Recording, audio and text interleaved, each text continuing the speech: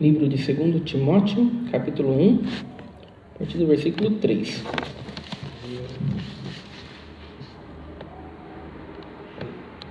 Encorajamento à fidelidade. Rendo graças a Deus, a quem sirvo com a consciência limpa, como serviram meus antepassados, ao lembrar-me constantemente de ti, de noite e dia, em minhas fervorosas orações. Recordo-me das tuas lágrimas e desejo muito te ver, para que possa encher meu coração de alegria novamente.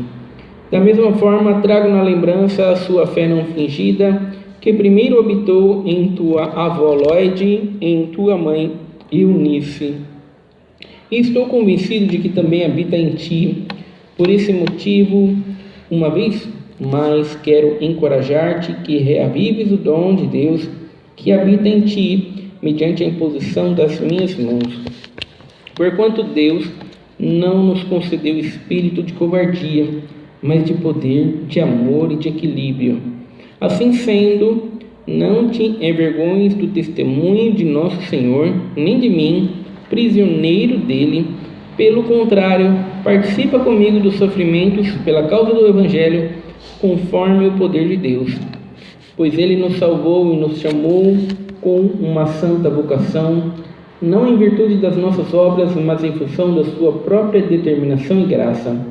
Esta graça nos foi outorgada em Cristo Jesus desde os tempos eternos, e que nesses dias se manifestou pelo aparecimento de nosso Salvador, Cristo Jesus, que aniquilou a morte e trouxe à luz a vida e a imortalidade por intermédio do Evangelho.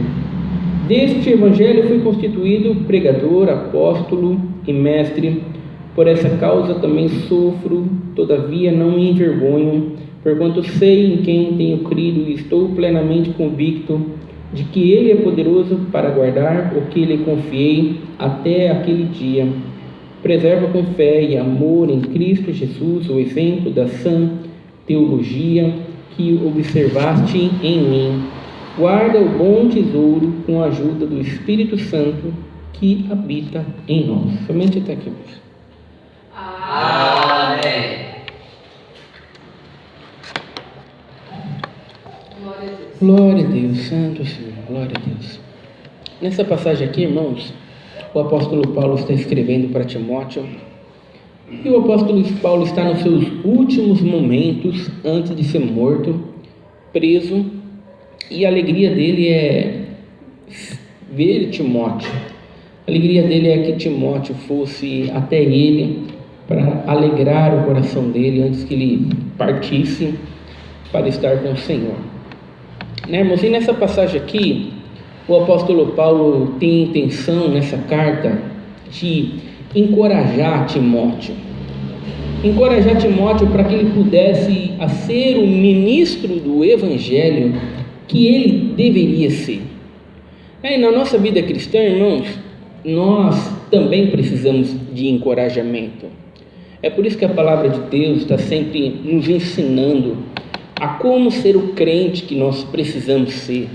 A palavra de Deus está sempre confrontando nossos pecados, os nossos erros, as nossas atitudes que não honram e não glorificam a Deus, nos encorajando a ter uma vida cristã verdadeira, a ter uma vida cristã mais fervorosa. E o problema que acontece com as igrejas hoje é que as pregações de encorajamento para se ter uma vida cristã verdadeira, muitas vezes são chamadas de pregações de ódio, pregações com falta de amor. A gente vem na igreja, a gente precisa de carinho, a gente precisa de apoio, a gente precisa de afago, e a gente recebe pregações de encorajamento, a gente recebe pregações de como viver a vida cristã, confrontando nossos erros, nossos pecados. Não é disso que a gente precisa, O que a gente precisa também é mais amor, mais carinho, É como no mundo, No mundo, muitas coisas se tornaram um discurso de ódio, No mundo, homem, casamento só é casamento quando homem casa com mulher. É discurso de ódio, intolerância. Quem disse isso? Imagina, casamento pode ser homem com homem, pode ser mulher com mulher. Está sendo intolerante, discurso de ódio, né? Menino nasce menino, menina nasce menina. Não, opa, tolerância, não é assim. Menino torna-se menino, menina torna-se menina. Não tem isso, cada um pode ser o que quiser. É discurso de ódio, sabe? Na igreja, muitas vezes, muitas pessoas agem assim. Essa pregação aí, pregação de ódio. A gente precisa de carinho, a gente precisa de afeto, de afago, sabe? A gente precisa de solução dos problemas, né? E o irmão fica trazendo pregações de encorajamento para vivermos a vida cristã, né? Então, muitas vezes a igreja reflete muito aquilo que existe no mundo, né? Se a gente pegar o discurso do mundo e pegar muitas vezes o discurso de muitos crentes, a gente vai ver que é parecido. Ele só está aplicando a mesma coisa dentro da igreja para uma situação diferente. E qual que é o encorajamento que o apóstolo Paulo vai dar aqui para Timóteo? Não é o encorajamento que os crentes estão acostumados a ter hoje em dia, né? O encorajamento que, fica firme aí que a vitória vai vir, fica firme aí que Deus vai fazer isso, Deus vai fazer aquilo outro. O encorajamento que ele vai dar para Timóteo quero encorajar-te que reavives o dom de Deus que habita em ti. Olha o encorajamento que Timóteo precisa. Timóteo, tenha uma vida cristã fervorosa, sabe? Seja um crente mais fiel, seja um crente mais dedicado, mais zeloso, sabe? O encorajamento que nós precisamos, irmãos, não é diferente. O encorajamento que nós precisamos também tenha uma vida cristã mais fervorosa, seja mais zeloso, sabe? Olhe mais para as coisas eternas, olhe menos para as coisas terrenas, para as coisas que perecem, sabe? Esse é o encorajamento que Timóteo precisa, e esse, irmãos, é o encorajamento que nós precisamos também. Glória a Deus. É disso que nós precisamos, né?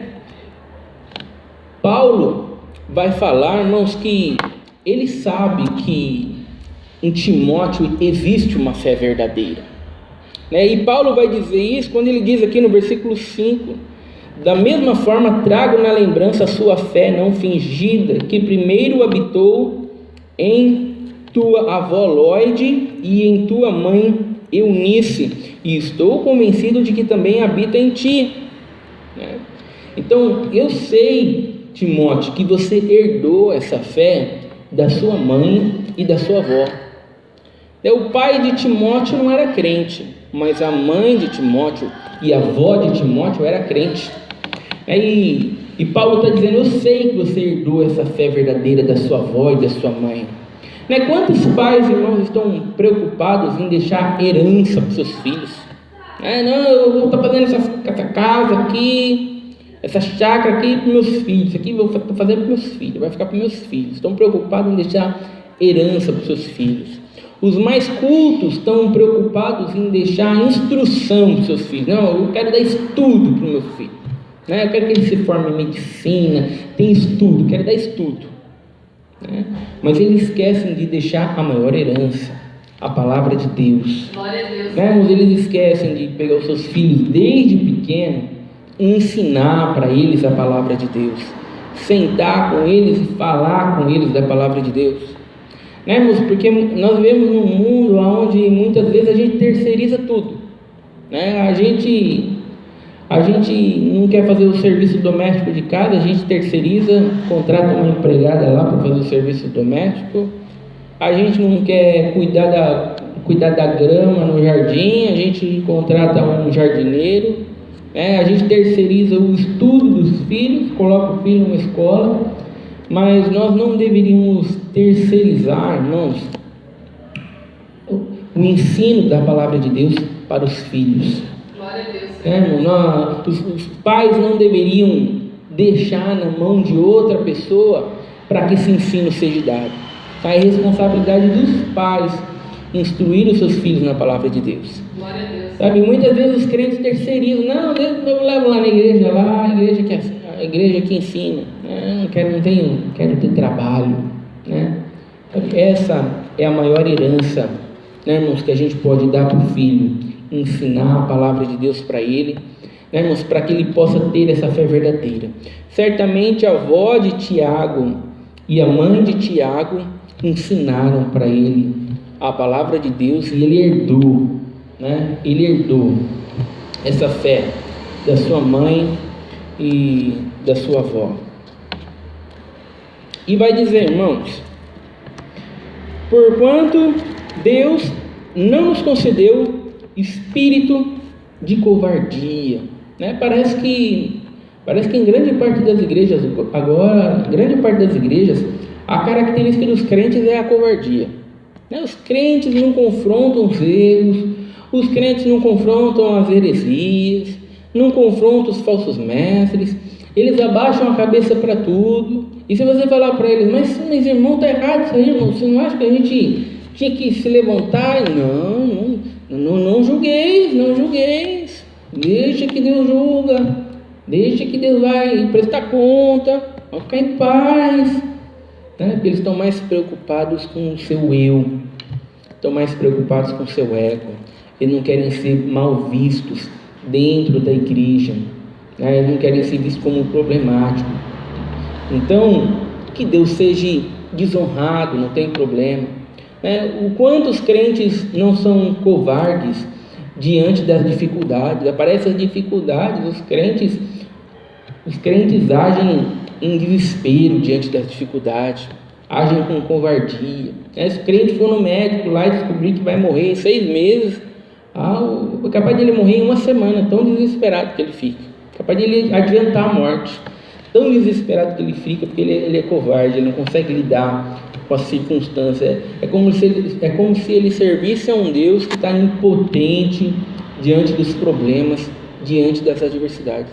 Glória a Deus. E é muito interessante, irmãos, porque Paulo vai falar sobre covardia, mas Paulo, nesse versículo aqui, o oposto de covardia não é coragem, né? Ele vai dizer: Deus não nos concedeu espírito de covardia, mas de poder, de amor e de equilíbrio. Olha só, o oposto de covardia aqui não é coragem, irmãos, porque nós não precisamos de simplesmente uma coragem para fazer alguma coisa, para lidar. Não, irmãos, nós precisamos de um poder sobrenatural de Deus atuando na nossa vida, né, irmãos, para lidar com os enganos, para lidar com os falsos mestres, para lidar com as heresias. Não é simplesmente coragem, termos coragem de nós mesmos para vencermos a vida, lutarmos contra. Não, irmãos, que a gente precisa do poder sobrenatural de Deus, da ação sobrenatural de Deus, do Espírito Santo nos movendo, né, irmãos, para que venhamos a lidar com essas coisas erradas. Poder de amor e de equilíbrio. Olha só quantos crentes desequilibrados não temos hoje, quantos crentes desequilibrados não vemos o tempo todo, e o oposto de covardia é equilíbrio, poder e amor. Assim sendo, não te envergonhes do testemunho de nosso Senhor, nem de mim, prisioneiro dele, mas pelo contrário, participa comigo do sofrimento pela causa do Evangelho, conforme o poder de Deus. Não se envergonhe do Evangelho, Timóteo. Participa comigo desse sofrimento. Já pensou? Você já pensou os crentes sendo chamados na igreja para participar do sofrimento da causa de Cristo? Falou, irmão, você que está aqui pela primeira vez, participa com nós aqui do sofrimento da causa de Cristo.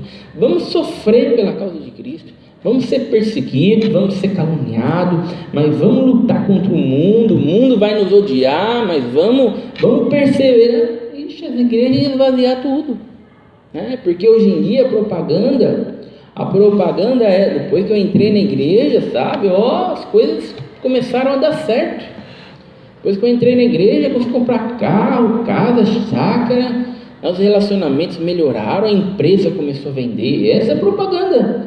Imagina essa propaganda for, você entra para a igreja, perseguição, luta, dificuldade, que o mundo vai nos perseguir, o mundo vai nos caluniar, o mundo vai se levantar contra nós. Se eles pregarem a verdade da palavra de Deus, sabe, milhares e milhares de igrejas vão fechar suas portas. Irmãos, mas essa é a verdade. Não importa se ela é agradável ou não. A verdade, irmãos, é que nós devemos participar desse sofrimento. Devemos estar prontos, irmãos, para ser caluniados. Devemos estar prontos, irmãos, para ser perseguidos. Sabe, não importa se as pessoas vão chamar a gente de louco, de fanático, de doido, né? Se elas vão nos perseguir, não importa. Nós temos que estar prontos para participar desse sofrimento. É algo que vai acontecer. O mundo não vai nos aplaudir, os falsos crentes não vão nos aplaudir, eles vão nos perseguir. Pois Ele nos salvou e nos chamou com uma santa vocação. Olha só, Deus é aquele que nos chamou, e Ele não apenas nos chamou, mas Ele nos chamou com uma santa vocação. Sabe, tem crentes que acham que foram chamados, mas não tem vocação nenhuma. Tem crentes que acham que foram chamados, mas eles conseguem viver do mesmo jeito que eles viviam antes de ser chamados. Eles eles não têm vocação para evangelizar, eles não têm vocação para falar da palavra de Deus, eles não têm vocação para se levantar contra os erros, contra eles, não têm vocação para nada. Sabe, irmãos, não existe ninguém sendo chamado sem vocação. Se não há vocação para nada, é porque nunca foi chamado, porque a vocação faz parte do chamado.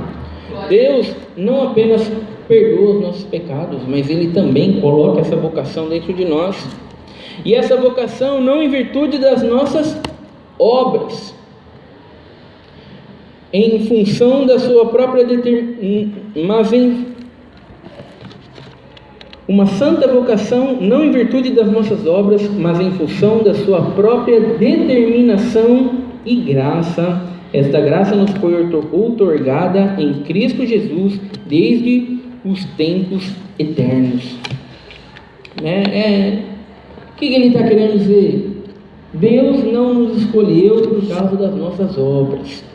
Muitos crentes estão achando que são crentes porque são bons, são dedicados, são zelosos, né? Tem muitas pessoas que se acham super crentes, né?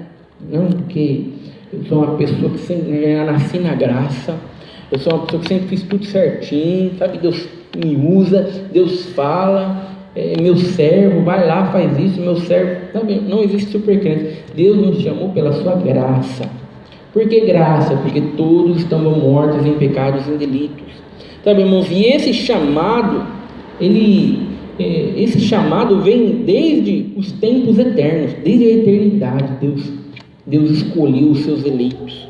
Deus não está olhando agora, deixa eu ver quem que é bonzinho, deixa eu ver quem merece ser chamado, deixa eu ver quem que eu vou escolher. Aquele ali está fazendo boas obras, eu acho que eu vou salvar ele merece ser salvo. Não, é pela graça, porque todos são perdidos e todos merecem o inferno. Se todos merecem o inferno, então Deus salva pela graça. E esse chamado, irmãos, é uma eleição que Deus já determinou desde os tempos eternos, e que nesses dias se manifestou pelo aparecimento de nosso Salvador Cristo Jesus, que aniquilou a morte e trouxe luz à vida e à imortalidade por intermédio do Evangelho. Irmãos, o quanto as pessoas no mundo querem imortalidade, o quanto, irmãos, quantas vezes eu já não ouvi falar na televisão que a ciência vai evoluir tanto, sabe? Vai chegar um dia que a ciência vai evoluir tanto que as pessoas não vão morrer mais, vai conseguir cura para qualquer doença, a gente vai conseguir substituir órgãos danificados por órgãos artificiais, e é só uma questão de tempo. só uma questão de tempo até a ciência estar tão evoluída que a gente vai conseguir a imortalidade, vida eterna, né? Isso eu já ouvi várias vezes na televisão, esse tipo de coisa, né, irmão? Mas não existe vida eterna fora de Jesus Cristo. Glória a Deus. Né? A palavra de Deus, ela vai nos mostrar aonde nós conseguimos vida eterna, né? Nós conseguimos vida eterna, a imortalidade, por intermédio do Evangelho. Ou seja, perdeu o Evangelho, perdeu a vida eterna. Por isso que não adianta ter igreja bonita, não adianta ter orquestra bonita, não adianta ter um monte de coisa e o Evangelho se perdeu, né? Não é a Bíblia mais que é pregada. Sabe, o que é pregado é a vida das pessoas. Não, irmãos, é do Evangelho. É o Evangelho que nos traz essa imortalidade, é o Evangelho que nos traz vida, é o Evangelho que nos traz salvação. E se você perguntar para muitos crentes o que é Evangelho, eles não vão saber responder o que é Evangelho. Mas o Evangelho nunca é nada sobre aquilo que nós fazemos.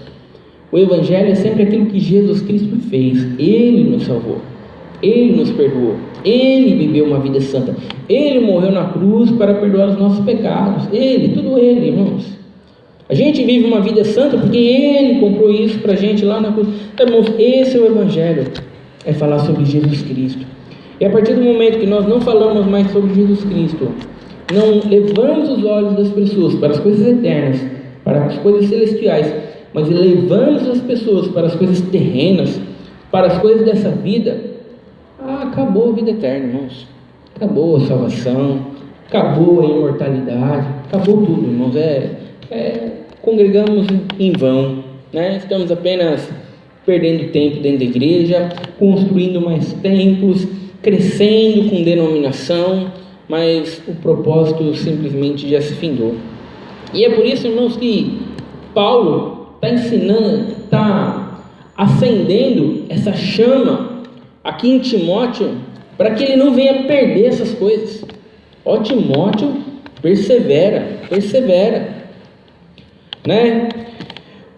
E ele vai dizer no 12 aqui: por essa causa também sofro, todavia não me envergonho, porquanto sei em quem tenho crido, e estou plenamente convicto de que Ele é poderoso para guardar o que lhe confiei até aquele dia.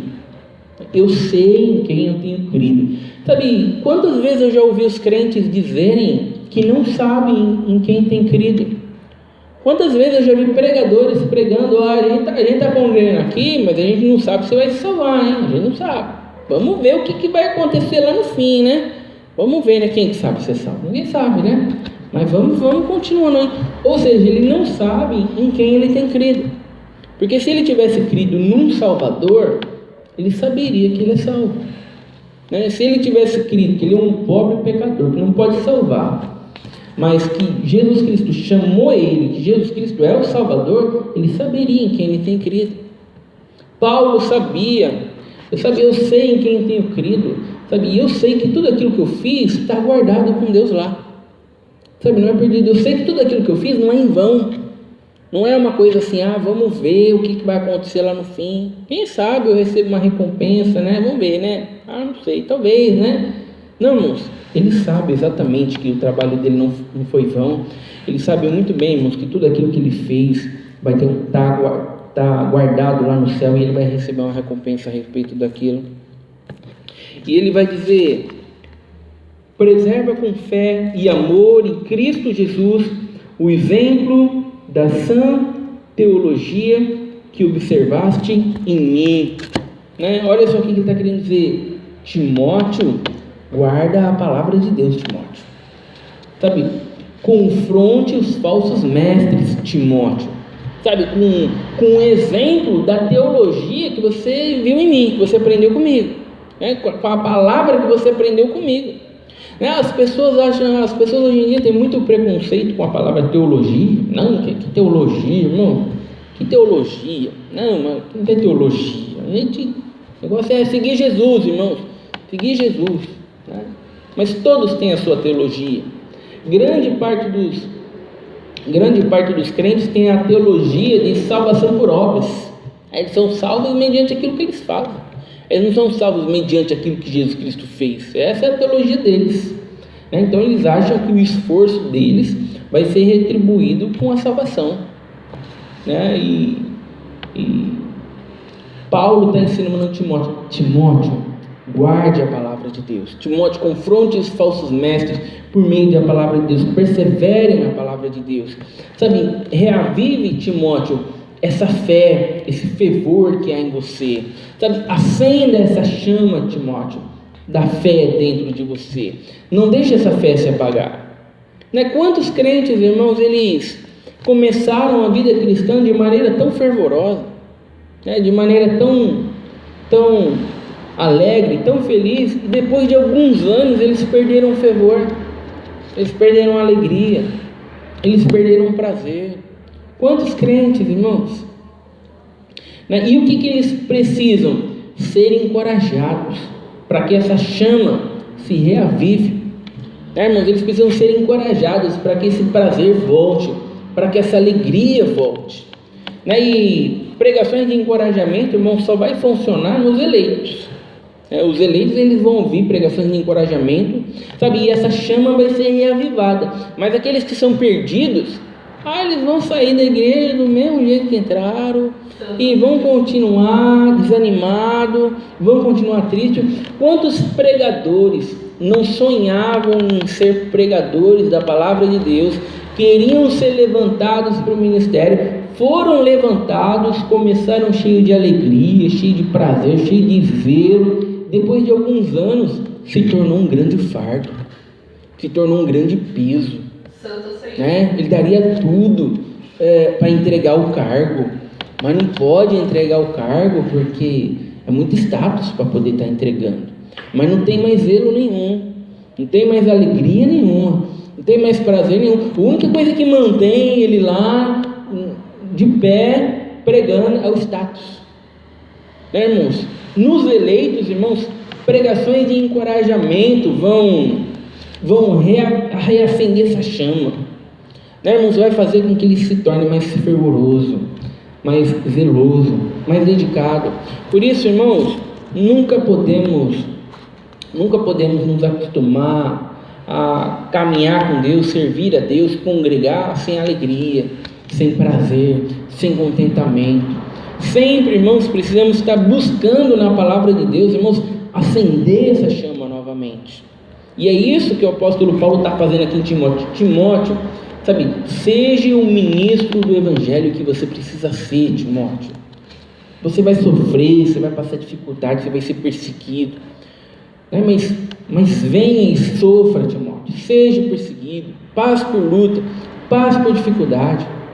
É isso que o apóstolo Paulo está ensinando para Timóteo e serve não para Timóteo, mas para nós também. Guarda o bom tesouro com a ajuda do Espírito Santo que habita em vós. Qual que é o grande tesouro? A palavra de Deus. Enquanto você guardar a palavra de Deus, enquanto você estiver olhando para a palavra de Deus, enquanto você colocar a palavra de Deus acima de todas as coisas, você está guardando um tesouro. Irmãos, você está guardando aquilo que precisa ser guardado. Agora, a partir do momento que você deixar a palavra de Deus, já não tem mais tesouro nenhum. Ainda que as pessoas achem que ainda possuem um grande tesouro, já perderam um tesouro. Irmãos, a palavra de Deus é importante. Por isso que a palavra de Deus deve nos mover, deve nos transformar a cada dia, irmãos, e deve manter a chama acesa, o fervor, a alegria, o zelo, o contentamento de caminhar com Deus cada vez mais. Essa é a palavra de Sejam no Pai. Amém. Juntos agradecemos a Deus em oração em nome de Seu Jesus. Amém.